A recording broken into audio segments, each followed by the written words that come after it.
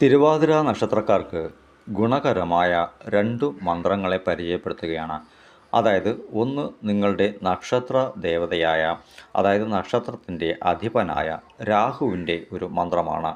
ഈ മന്ത്രം 21 തവണ നിങ്ങൾ നിത്യേന ജപിക്കുക. അത് 21 ദിവസമാകുമ്പോൾ രാഹു നിങ്ങളുടെ രാശിയിൽ അല്ലെങ്കിൽ നക്ഷത്രത്തിൽ ആക്റ്റീവ് ആകുന്ന ഒരു സാഹചര്യമുണ്ടാകും. അപ്പോൾ അദ്ദേഹം നിങ്ങളുടെ ഈ രാശിഘട്ടങ്ങളിലെ 12 രാശികളിൽ നിങ്ങൾക്ക് എവിടെ സ്ഥിതി ചെയ്താലും അദ്ദേഹം നന്മ ആയിരിക്കും പ്രദാനം ചെയ്യുക. അപ്പോൾ രാഹുവിൻ്റെ ആധിപത്യമുള്ള നക്ഷത്രക്കാരൊക്കെയും ഇത് നിത്യേന ജപിക്കേണ്ടത് വളരെ ഏറെ അത്യാവശ്യം തന്നെയാണ്. കാരണം രാഹു എപ്പോഴും എന്ത് കാര്യത്തിലും നമ്മളെ പിന്നിലേക്ക് വലിച്ചു കൊണ്ടുപോകുന്ന ഒരു സാഹചര്യമാണ് ഉള്ളത്. എന്നാൽ കേതു അങ്ങനെയല്ല, മുന്നിലേക്ക് ആപത്തിലേക്ക് തള്ളിവിടുന്ന സാഹചര്യമാണ് ഉണ്ടാക്കുന്നത്.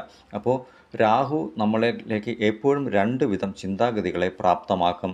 അതായത് നന്മ ഉണ്ടെങ്കിലും നമുക്ക് അവിടെ തിന്മ പ്രദാനം ചെയ്യും, തിന്മ ഉണ്ടെങ്കിലും അവിടെ നന്മ പ്രദാനം ചെയ്യും. അപ്പോൾ നമ്മളിലേക്ക് എപ്പോഴും നിലകൊള്ളുക തിന്മയുടെ ആ ഒരു സ്വരൂപമായിരിക്കും. എവിടെ പോയാലും പ്രശ്നങ്ങൾ മാത്രമായിരിക്കും നമ്മൾക്ക് ഉണ്ടാവുക. കുടുംബപരമായ രീതിയിൽ തന്നെ ചിന്തിച്ചു പോയാൽ ഒരു നല്ല ഒരു കാര്യമായിരിക്കും നിങ്ങളവിടെ പറയുക. എന്നാൽ അവിടെ അവർക്ക് അത് നെഗറ്റീവായിട്ട് മാറുകയും അത് പ്രശ്നങ്ങളിലേക്ക് പോകുന്ന സാഹചര്യങ്ങളുമുണ്ട്. തൊഴിൽ ഇടങ്ങളിലും നിങ്ങൾ ഇങ്ങനെ ഒരു കാര്യം ചെയ്യുമ്പോൾ അവിടെയും നിങ്ങൾക്ക് നെഗറ്റീവായിട്ടായിരിക്കും കാര്യങ്ങളൊക്കെ വരിക. എന്ത് വിഷയവുമായിക്കട്ടെ, നിങ്ങൾ വിശ്വസിക്കുന്ന എല്ലാ ഇടങ്ങളിലും നിങ്ങൾക്ക് നെഗറ്റീവ് ആയിട്ടായിരിക്കും വരിക. അതായത് പോസിറ്റീവ് ഓപ്പോസിറ്റ് സൈഡിൽ നിന്ന് ലഭിക്കുകയും നെഗറ്റീവ് മുഴുവൻ നിങ്ങൾക്ക് ലഭിക്കുകയും ചെയ്യുന്ന ഒരു സാഹചര്യമാണ് ഈ ഒരു ഘട്ടത്തിലേക്ക് ഉണ്ടാവുക. ഈ രാഹുവിൻ്റെ ആ ഒരു പുറംതിരിച്ചിൽ കാരണം, അല്ലെങ്കിൽ ആരും തന്നെ പ്രാർത്ഥിക്കാത്തത് കൊണ്ട് തന്നെയാവും ഇങ്ങനെയൊക്കെ സംഭവിക്കുക എന്നുള്ളത്.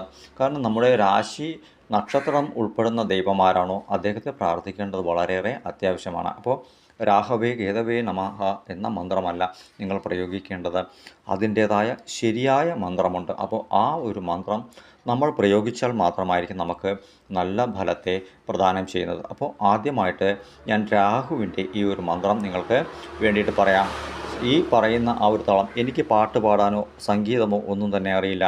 എനിക്ക് അറിയാവുന്ന രീതിയിൽ ഞാനത് നിങ്ങൾക്ക് മനസ്സിലാക്കുന്ന രീതിയിൽ ഞാനത് പ്രയോഗിച്ചു തരാം.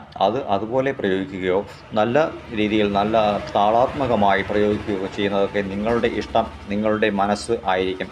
അപ്പോൾ എത്രത്തോളം നമ്മൾ ഈശ്വരനിലേക്ക് നല്ല രീതിയിൽ താളാത്മകമായി ആ ഒരു മന്ത്രത്തെ പ്രയോഗിക്കുന്നുവോ അത്രത്തോളം അവർക്ക് നമ്മളോടുള്ള ഇഷ്ടം കൂടുകയും നമ്മളിലേക്ക് നന്മ ചൊരിയുന്ന സാഹചര്യം ഉണ്ടാവും. അതിവേഗത്തിലുള്ള ആ ഒരു പ്രയോഗം അദ്ദേഹത്തിന് ഒരിക്കലും തന്നെ ഒരു ദൈവത്തിനും ഇഷ്ടമില്ലാത്ത കാര്യമാണ്. അതായത് വളരെ വേഗം ഓം നമ ശിവായ ഓം നമ ശിവായ ഇങ്ങനെയൊക്കെ പ്രാർത്ഥിക്കുന്നതുകൊണ്ട് നമുക്ക് യാതൊരു പ്രയോജനവുമില്ല, ഈശ്വരൻ അവിടെ അത് കേൾക്കുകയുമില്ല. അപ്പോൾ ഇങ്ങനെയുള്ള ചില കാര്യങ്ങൾ നമ്മൾ മനസ്സിലാക്കിയാൽ മാത്രമായിരിക്കും നമുക്ക് വിജയമൊക്കെ ഉണ്ടാക്കുവാനായിട്ട് കഴിയുക. എല്ലായിടങ്ങളിലും എത്ര കഷ്ടതകളുമായിക്കോട്ടെ, നിങ്ങൾ എത്ര കഷ്ടപ്പെട്ടുകൊണ്ടിരിക്കുന്ന സമയമാണെങ്കിലും ശരി, നന്നായിരിക്കുന്ന സമയമാണെങ്കിലും ശരി, ഈ ഒരു മന്ത്രം വളരെയേറെ ഗുണകരമായ മാറ്റങ്ങളുണ്ടാവും. അതായത് നിങ്ങൾക്ക് എതിരെ നിന്ന് പ്രയോഗിക്കുന്ന അല്ലെങ്കിൽ ശത്രുതാ സ്ഥാനത്ത് നിൽക്കുന്നവരേക്ക് തിരിച്ചറിയാനുള്ള ഒരു മനോഭാവം നിങ്ങളിലേക്ക് പ്രാപ്തമാകും. എവിടെ എന്ത് കാര്യം ചെയ്യണം, എങ്ങനെ പ്രവർത്തിക്കണം എന്നുള്ള ഒരു മനോഭാവത്തെ ഈ ഒരു രാഹു മന്ത്രം നിങ്ങൾക്ക് കൊണ്ടുതരുന്ന ഒരു സാഹചര്യത്തെ അവിടെ സൃഷ്ടിക്കും. അപ്പോൾ നമുക്ക് നന്മയിലേക്ക് മാത്രം തിരിഞ്ഞ് നടക്കുവാനുള്ള ഒരു മനോഭാവത്തെ ഉണ്ടാകും. തിന്മയിലേക്കുള്ള ആ ഒരു വഴി അവിടെ തടസ്സപ്പെടുകയും നന്മയിലേക്ക് മാറി നടക്കാനായിട്ട് പ്രേരിപ്പിക്കുകയും ചെയ്യുന്ന ഒരു സാഹചര്യത്തെ അവിടെ ഉണ്ടാകും. ഇപ്പോൾ കോർട്ട് കേസ് വഴക്കൊക്കെ ആയിട്ടിരിക്കുന്ന തിരുവാതിരക്കാരുണ്ടാവും, അതുപോലെ കുട്ടികളില്ലാതെ വിഷമിക്കുന്നവരുണ്ടാവും, അതുപോലെ നിരവധി കാരണങ്ങൾ എന്ന് പറയാനായിട്ട് പ്രത്യേകിച്ചൊന്നുമില്ല. എല്ലാവർക്കും ഉള്ള കാരണങ്ങൾ തന്നെയാവും നിങ്ങൾക്കൊക്കെ ഉള്ളത്. അപ്പോൾ ഈ മന്ത്രം ഞാൻ പറയുന്ന രീതിയിൽ ശരിയായിട്ട് 21 തവണ നിങ്ങൾക്ക് ജപിക്കുവാൻ കഴിഞ്ഞാൽ വളരെ നന്മയായിരിക്കും ഉണ്ടാവുക. അടുത്ത 21 ദിവസത്തിനുള്ളിൽ തന്നെ നിങ്ങൾക്ക് ഇതിൻ്റെ മാറ്റം അറിയുവാൻ കഴിയുമെന്നുള്ളത് സത്യമായ ഒരു കാര്യമാണ്.